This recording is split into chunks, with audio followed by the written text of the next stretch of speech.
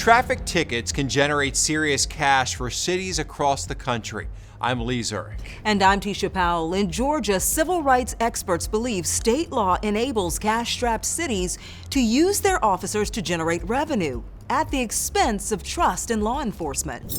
When similar cases unfolded in a neighboring state, Alabama officials took action to stop its departments from boosting budgets with fines from traffic citations. Investigative reporter Andy Perotti takes an in-depth look at what they did to rein in the practice.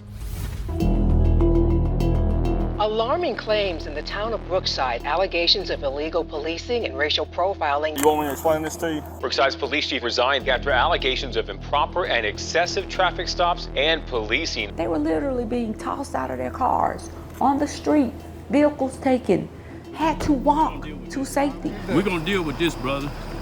We're gonna deal with this. What's your name? I think What's your name? they were looking for easy targets. Alexis Thomas takes us back to the day she and her mother, Shakitha, were arrested by officers in Brookside, Alabama in 2022. Both sent to jail, both their cars towed and impounded, costing them thousands of dollars. Pulled over because her mother's car had a broken tag light. What's going through your mind? Oh my God, I was terrified. What is really going on here?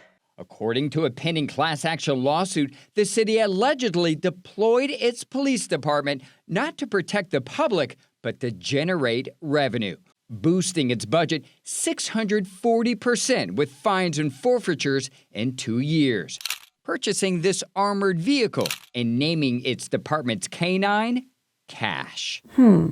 Something's not right. Wandalyn Givan is a member of the Alabama House of Representatives, whose district includes Brookside. After receiving thousands of complaints, she helped pass a new state law 2 years ago capping the amount of traffic citation revenue cities can collect to 10% of their budgets. Ticket revenue generated above that sent to a state-run crime victims compensation fund. The legislation received bipartisan support in a Republican-led legislature. I had law enforcement agencies literally calling me from across the state of Alabama and throughout the nation to say, listen, we're good cops. We're not bad cops. Those are bad cops. And Brookside was the catalyst for this legislation. Absolutely.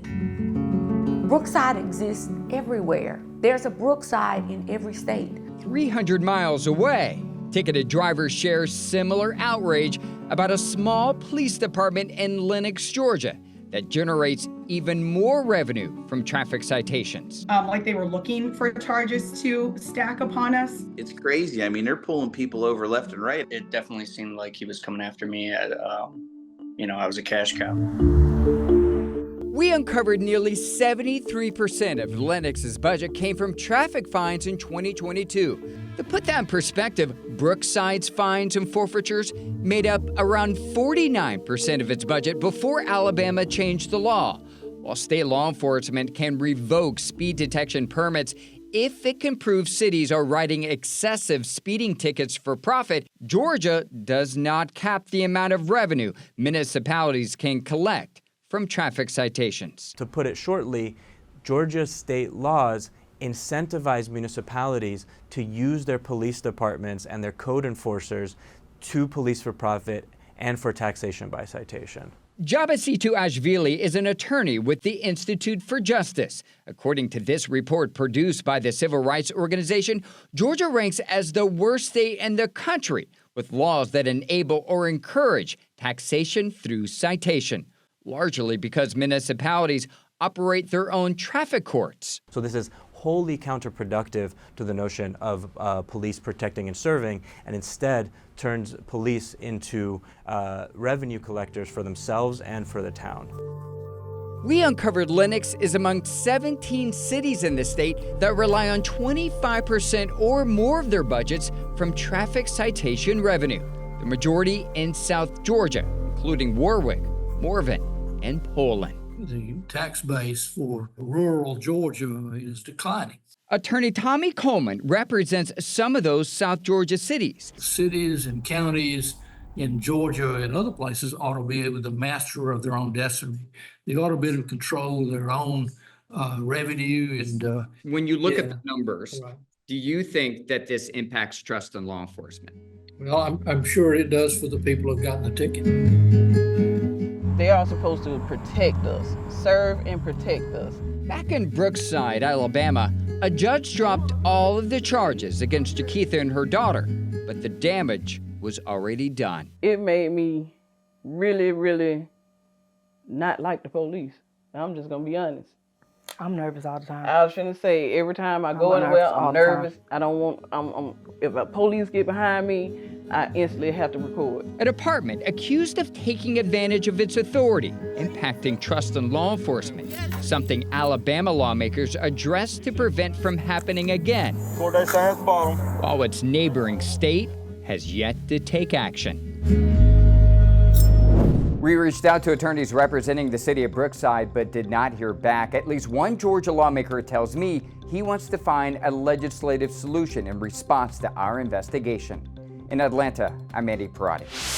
A closer look at that report from the Institute for Justice shows West Virginia, Rhode Island, South Carolina, and Montana all follow Georgia as the worst states in the country with laws that enable or encourage taxation through citation. Another way Georgia cities are generating money, school zone speed detection cameras. They issue more than 1,200 tickets a day in the state. And while law enforcement officials say the cameras are designed to protect children and save lives, we've uncovered money may be the real motive. We can see year by year the amount of money that we're generating, so that tells me that it doesn't work. Is this taxation through citation? Absolutely. That's the mayor of South Fulton, where drivers have paid $14 million in camera fines, more than any other city in the state of Georgia. The mayor says he plans to use some of the camera citation revenue to install speed bumps, which he believes work better.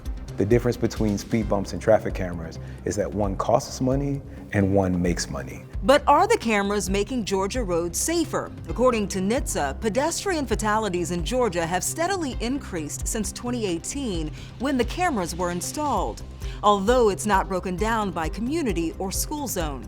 The number of school-age child deaths is nearly unchanged year to year. The vast majority are at night when school is not in session.